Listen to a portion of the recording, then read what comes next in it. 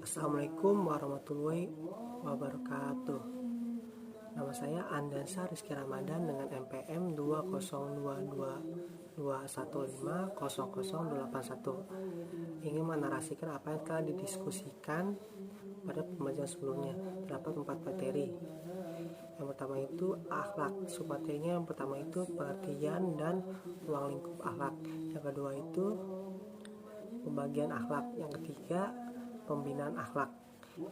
Materi yang kedua itu sumber-sumber ajaran agama Islam. Yang pertama itu Al-Quran, isi dan sistematikanya. Yang kedua As-Sunnah atau Al-Hadis, fungsi dan artinya.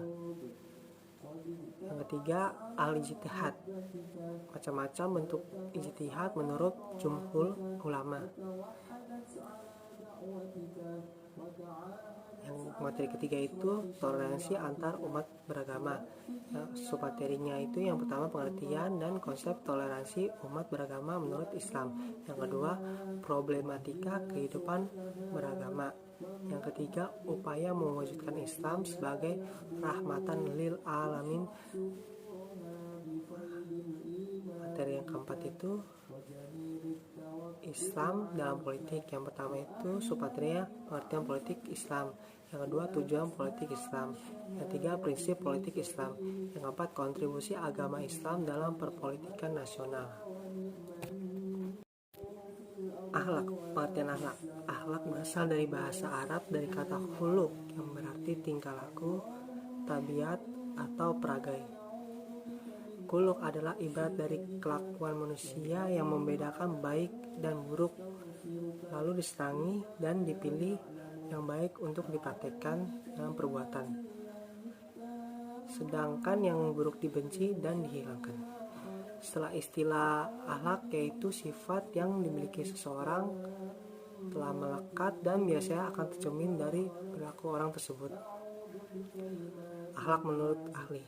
Akhlak menurut ahli, menurut Ibnu Maskawai, akhlak merupakan keadaan jiwa seseorang yang mendorongnya untuk melakukan sesuatu perbuatan tanpa melalui pertimbangan pikiran dan perencanaan.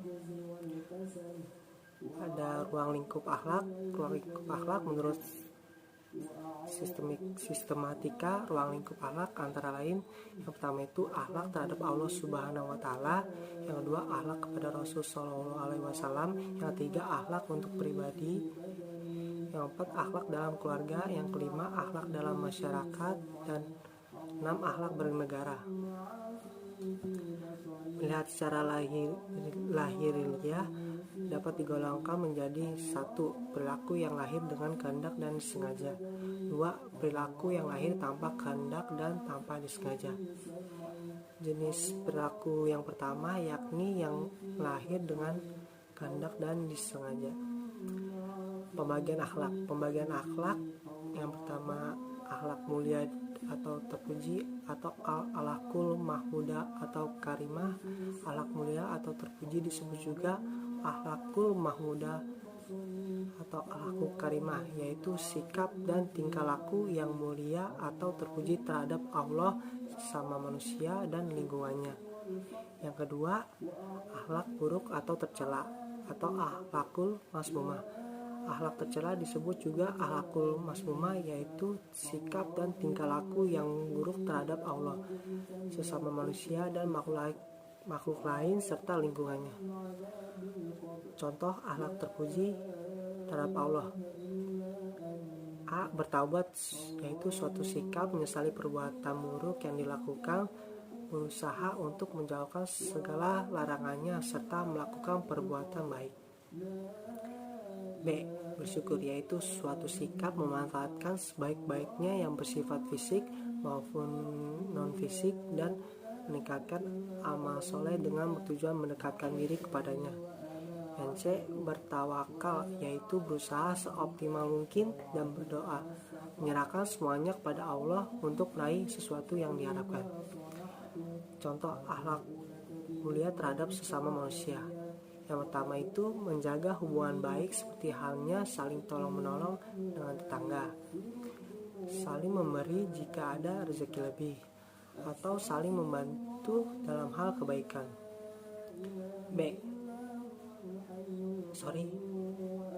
Dua, tidak meremehkan orang lain. Allah memerintahkan bagi orang yang beriman untuk tidak merendahkan orang lain, merasa dirinya lebih, padahal kita tidak sadar tidak ada yang lebih baik dan lebih berpikiran daripada luasnya pemikiran kita. Ya. Yang ketiga, bersangka baik atau husnuzon.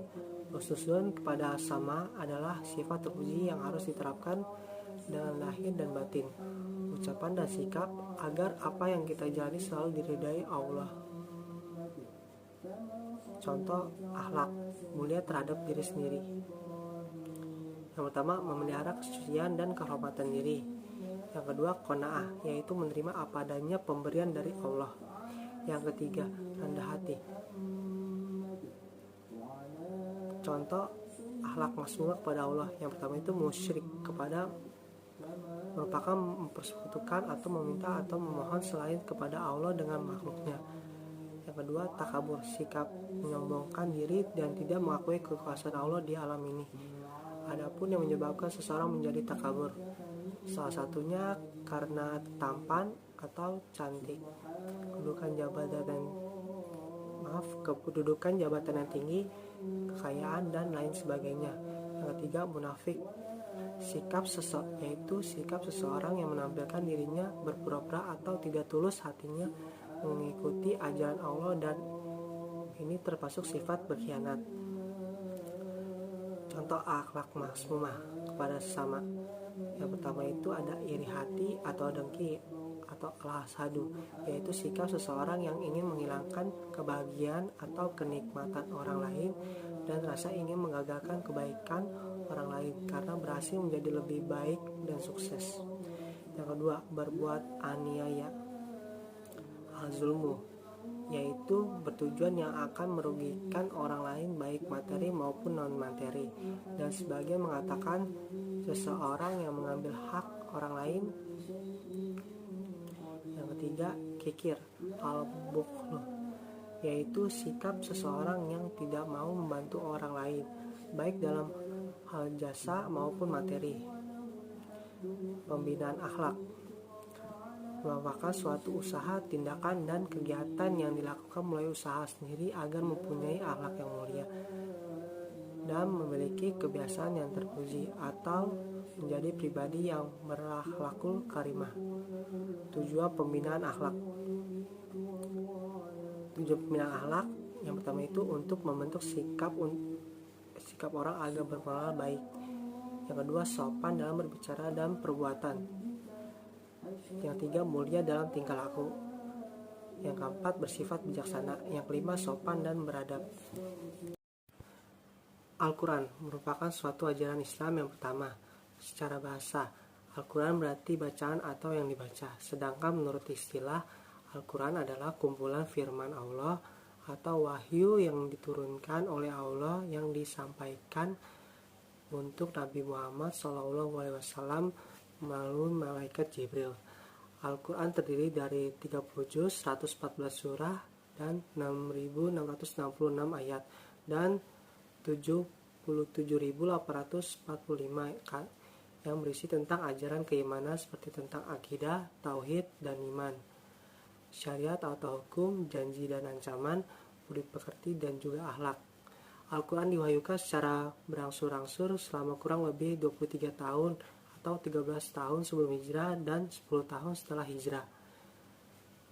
Selain itu, Al-Quran juga memiliki nama lain, diantaranya Al-Quran artinya bacaan atau yang dibaca. 2. Alkitab yang artinya yang ditulis. 3. Al-Furqan artinya pembeda, maksudnya membedakan antara yang hak dan yang batil. Az-Zikir berarti pemberi peringatan, maksudnya yang memberi peringatan kepada manusia. At-Tanzil artinya yang diturunkan, maksudnya Al-Quran diturunkan oleh Allah Subhanahu wa Ta'ala kepada Nabi Muhammad SAW melalui perantara malaikat Jibril untuk disampaikan kepada seluruh umat manusia.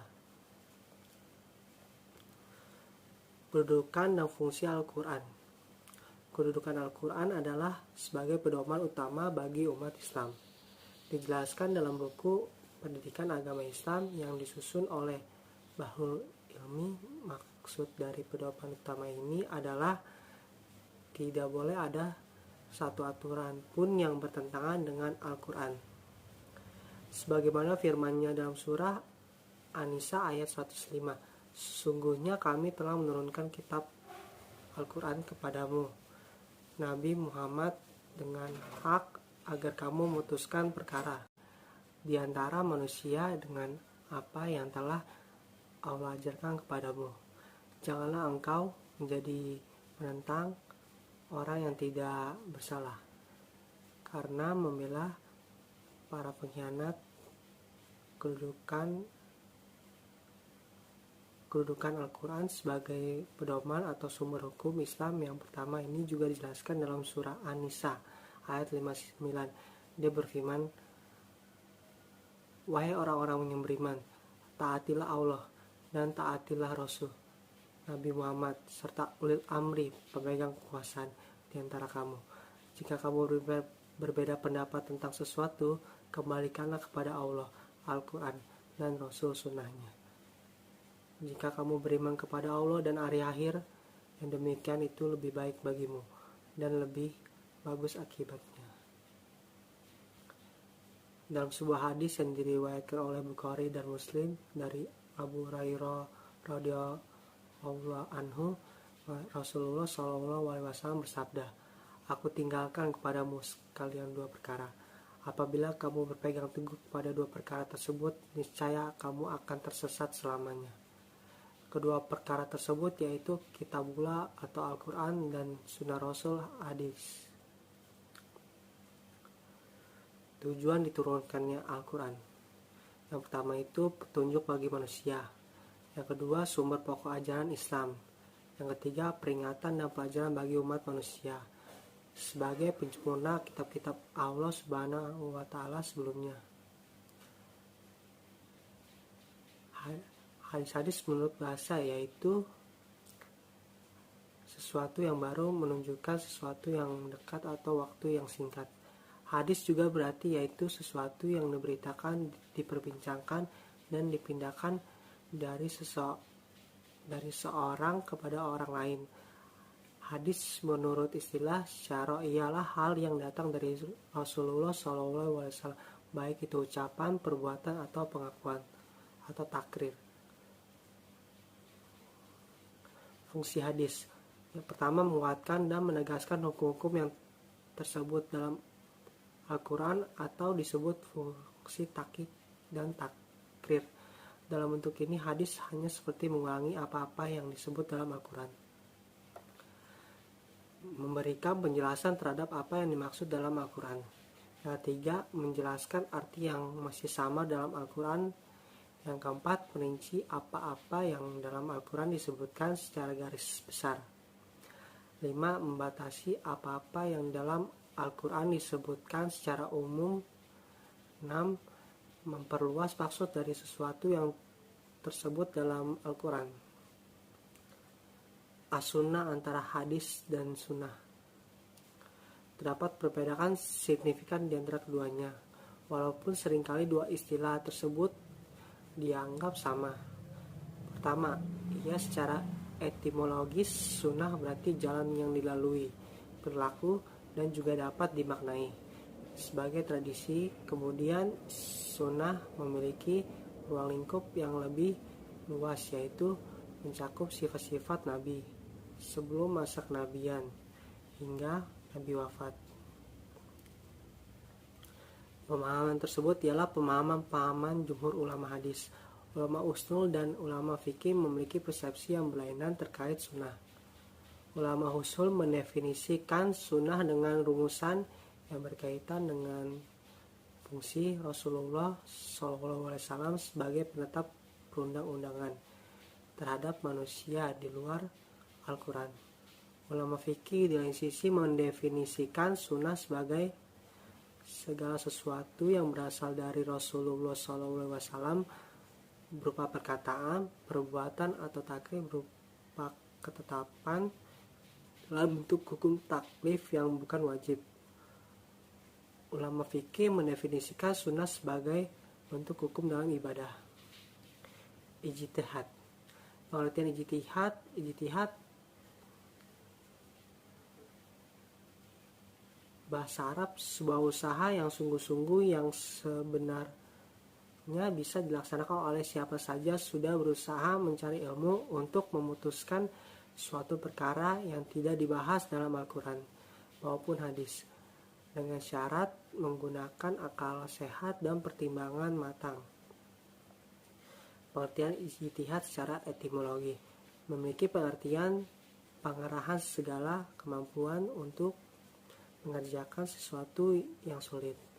Sedangkan pengertian ijtihad secara terminologi adalah penelitian dan pemikiran untuk mendapatkan sesuatu yang terdekat pada kitabullah atau syara dan sunnah rasul atau yang lainnya untuk memperoleh nas yang maku agar maksud dan tujuan umum dari hikmah syariah yang terkenal dengan maslahat. Menurut Imam Mahdi, ijtihad adalah mencurahkan segala kemampuan untuk mencari hukum syara yang bersifat zanni sampai dirinya merasa tak mampu mencari tambahan kemampuan. Fungsi ijtihad ar-rujuk kembali, yaitu mengembalikan ajaran-ajaran Islam kepada Al-Quran dan Sunnah dari segala interpretasi yang kurang relevan. Fungsi ijtihad al-ihya kehidupan, yaitu menghidupkan kembali bagian-bagian dari nilai dan Islam semangat agar mampu menjawab tantangan zaman. Fungsi ijtihad al-inabah atau pembenahan, yaitu memenuhi ajaran-ajaran Islam yang telah diijtihadi oleh ulama terdahulu dan dimungkinkan adanya kesalahan menurut konteks zaman dan kondisi yang dihadapi.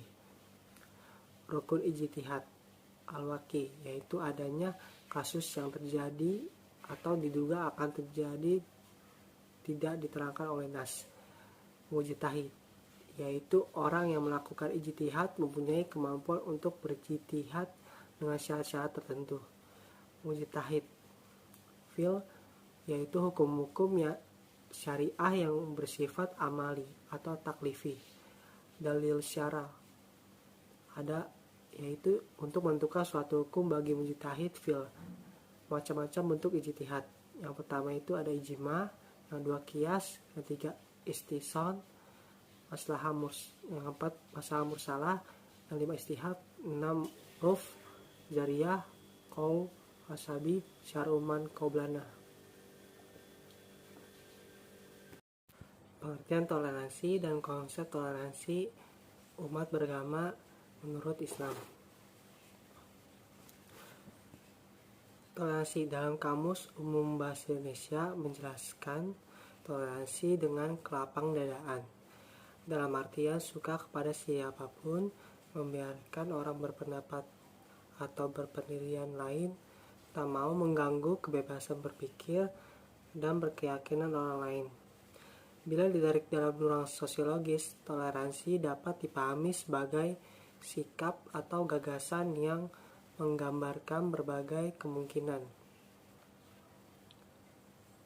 Hal tersebut menurut Michael Walzer dalam sosiologi toleransi, setidaknya terdapat 5 hal yang dimungkinkan menjadi substansi atau hakikat toleransi.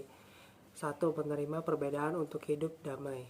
2. Menjadikan keseragaman menuju perbedaan, artinya membiarkan segala kelompok berbeda dan aktif dalam dunia, tidak mengharuskan penyamaan. 3.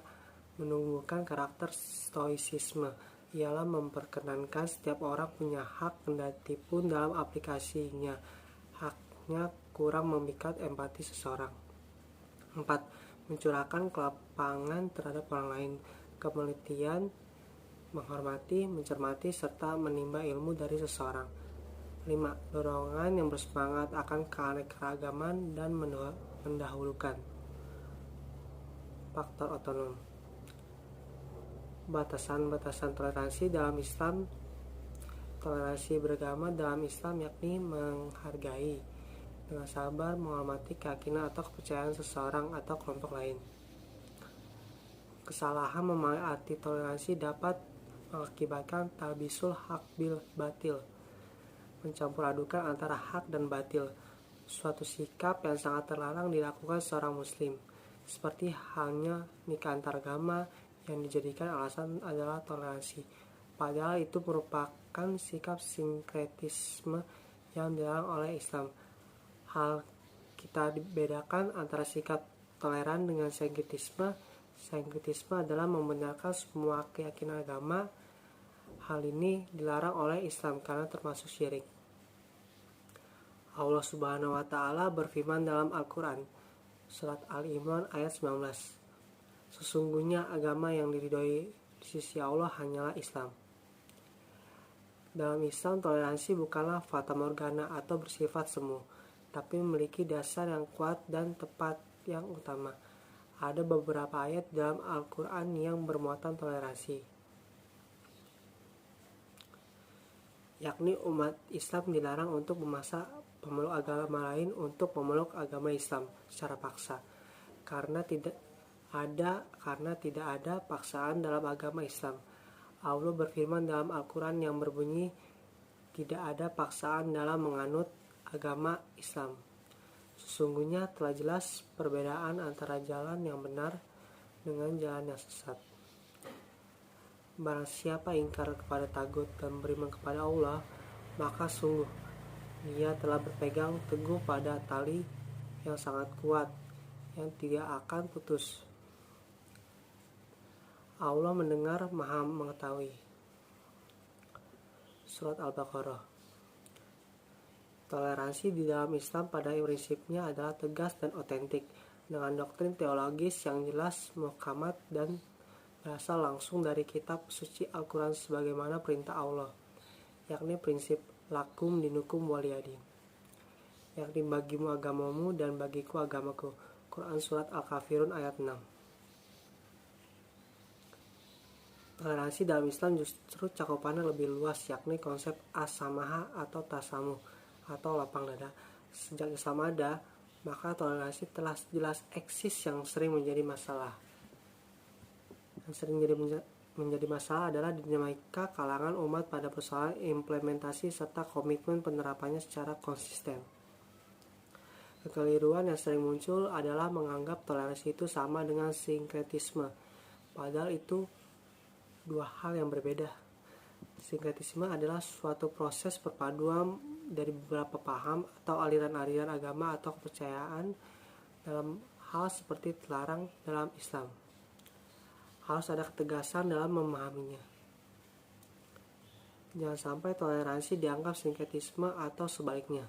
Sinkretisme yang disamarkan menjadi atau dianggap sebagai sikap toleransi.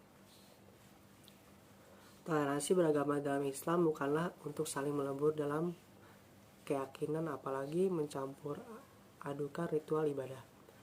Harus ada garis pemisah yang jelas dalam konteks interaksi sosial muamalah di mana toleransi dikaitkan, sehingga tidak saling mengganggu keyakinan ibadah masing-masing umat beragama. Toleransi antar umat beragama, istilah yang tepat guna menggambarkan otentisitas ini, bukan dimaknai sebagai toleransi antar agama. Toleransi antar umat beragama yakni adalah jenis toleransi di mana kita saling menghargai perbedaan, hidup rukun damai, bersahabat dan bergaul akrab dengan umat agama lain, dapat berhubungan bisnis, boleh berhubungan sosial, namun tidak boleh saling campur aduk ritual ibadah. Syariat Islam sendiri telah menjamin bahwa tidak ada paksaan dalam memasuki agama Islam. La ikraha fiddin. Makna toleransi yang lebih dalam tepat dalam Islam adalah samaha atau tasamu. Artinya bersikap mudah dan tenang, halus atau moderat, lapang dada alias tidak ekstrim dalam konteks pergaulan sosial. Keragaman sesungguhnya adalah kekuatan saling mengingatkan, saling koreksi, sementara toleransi adalah upaya saling menghargai ritual ibadah dari pemeluk masing-masing agama. Isu toleransi pada prinsipnya sudah selesai dengan pemaknaan lakum dinukum waliyadin. Makna toleransi seharusnya jangan dijadikan suatu komoditas politik yang menjadi sebab konflik anak bangsa. Namun sebaliknya harus menciptakan solidaritas dan soliditas sosial. Warna keberagaman seperti itulah yang menjadi ikon Indonesia sejak dahulu. Bersikap toleransi dalam banyak hal tidak terkait dengan ritual ibadah masing-masing pemeluk agama.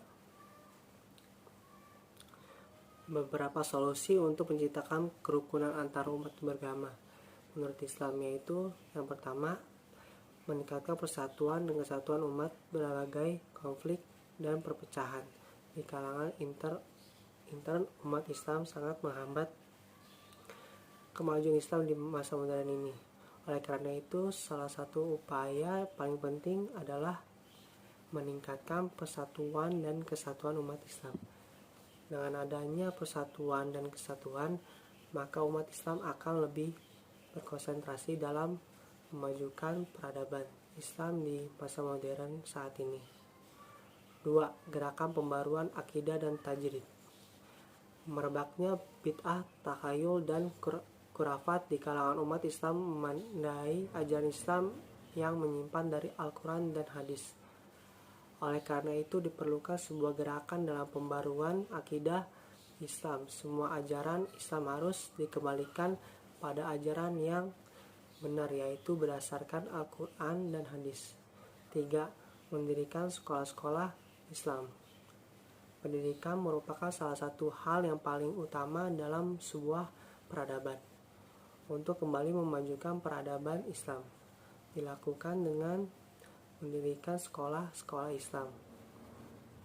Melalui sekolah Islam ini dapat dilakukan berbagai upaya memajukan ilmu, pengetahuan, dan teknologi serta dapat dilakukan untuk membentuk generasi Islam yang baik. 4. Modernisasi ilmu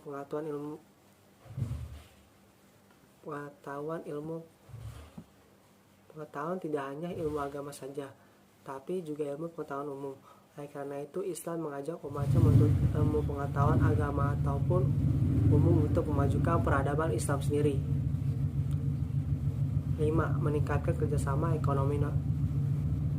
Ekonomi merupakan salah satu faktor pendukung kemajuan ilmu pengetahuan, karena dengan ekonomi yang kuat akan lebih mudah mendirikan sekolah-sekolah untuk memajukan ilmu pengetahuan dan peradaban. Kerjasama ekonomi sudah dilakukan oleh negara-negara Islam seperti Arab Saudi, Iran, dan negara Islam lainnya.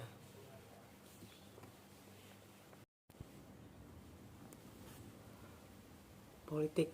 Pengertian politik pada Kamus Besar Bahasa Indonesia atau KBBI, politik adalah suatu pengetahuan tentang ketatanegaraan atau kenegaraan seperti sistem pemerintahan dan juga dasar pemerintahan. Selain itu, politik juga bisa diartikan sebagai segala urusan dan tindakan seperti kebijakan, siasat, dan lain sebagainya tentang pemerintahan negara atau suatu negara lain. Politik adalah suatu cara seseorang dalam membuat suatu keputusan pada kehidupan berkelompok.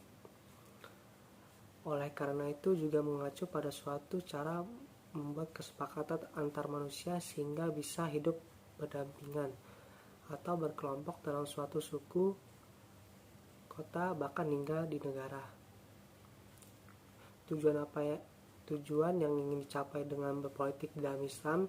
Jawabannya normatif yang disepakati hampir semua ulama segera dapat kita tulis. Tujuan tersebut adalah pertama, ingin menegakkan Islam atau himayah al-din, dan kedua, mewujudkan kesejahteraan umat. Riasah syu'un al-ummah, Rashid Ridho, Al-Khilafah al-Imamah al-Usmah, halaman 35, Sholah al-Sawi. Tujuan politik dalam Islam sama sekali tidak memberi ruang bagi pragmatisme pribadi dan kelompok. Politik digunakan bukan untuk menumpuk keuntungan pribadi, juga untuk menegakkan kepentingan kelompok atau ashabiyah. hanya dua yang boleh mendapatkan manfaat dari kegiatan politik, yaitu agama dan rakyat. Prinsip politik Islam. Musyawarah asas. Musyawarah yang paling utama adalah berkenaan dengan pemilihan ketua negara dan orang-orang yang akan menjawab tugas-tugas utama dalam pentadbiran ummah. Asas musyawarah yang kedua adalah berkenaan dengan penentuan jalan dan cara pelaksanaan undang-undang yang telah dimaktubkan di dalam Al-Quran dan As-Sunnah. Asas musyawarah yang seterusnya ialah berkenaan dengan jalan-jalan bagi menentukan perkara-perkara baru yang timbul di kalangan ummah melalui proses ijtihad. Prinsip keadilan yang terkandung dalam sistem politik Islam meliputi dan merangkumi segala jenis perhubungan yang berlaku dalam kehidupan manusia, termasuk keadilan di antara rakyat dan pemerintah. Maka menjadi peranan utama sistem politik Islam untuk memelihara asas tersebut. Pemeliharaan terhadap keadilan merupakan prinsip nilai-nilai sosial yang utama, karena dengannya dapat dikukuhkan kehidupan manusia dalam segala aspeknya. 3. Kebebasan yang dipelihara oleh sistem politik Islam ialah kebebasan yang makruf dan kebalikan yang sesuai dengan Al-Quran dan hadis.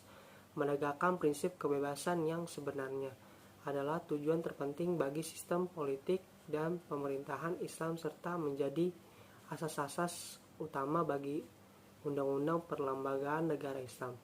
4. Persamaan di sini terdiri dari persamaan mendapatkan dan menuntut hak. Persamaan dalam memikul tanggung jawab menurut peringkat-peringkat yang ditetapkan oleh undang-undang. Perlembagaan dan persamaan berada di bawah kuasa undang-undang. Kontribusi umat Islam dalam berpolitikan nasional tidak bisa dipandang sebelah mata. Setiap masa dalam kondisi politika masa ini Islam selalu mempunyai pengaruh yang besar. Sejak bangsa ini belum bernama Indonesia, yaitu berdirinya kerajaan-kerajaan hingga saat ini, pengaruh perpolitikan bangsa kita tidak lepas dari pengaruh umat Islam. Salah satu penyebab adalah karena umat Islam menjadi penduduk mayoritas bangsa ini. Selain itu, dalam ajaran Islam sangat dianjurkan agar penganutnya senantiasa memberikan kontribusi sebesar-besarnya bagi orang banyak, bangsa, bahkan dunia. Penguasaan wilayah politik menjadi sarana penting bagi umat Islam agar bisa memberi kontribusi bagi bangsa ini.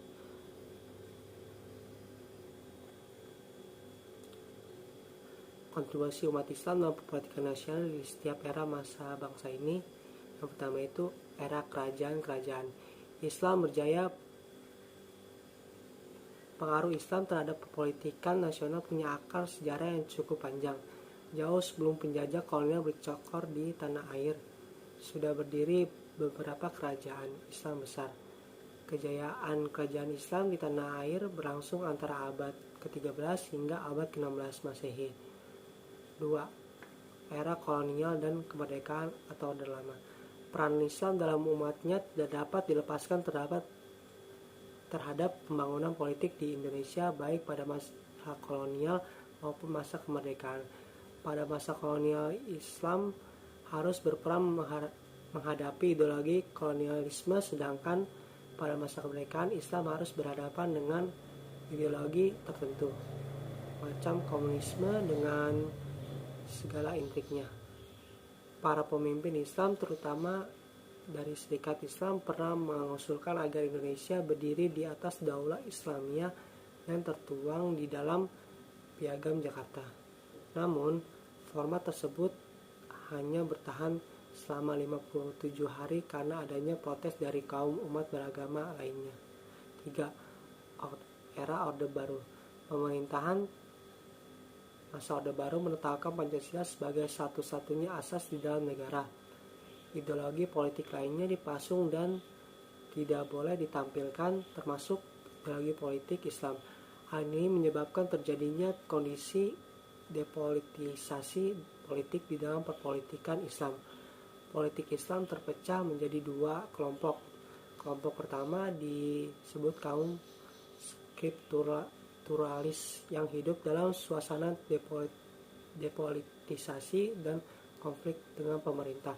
Kelompok kedua adalah kaum substansialis yang mendukung pemerintah dan menginginkan agar Islam tidak terjun ke dunia politik.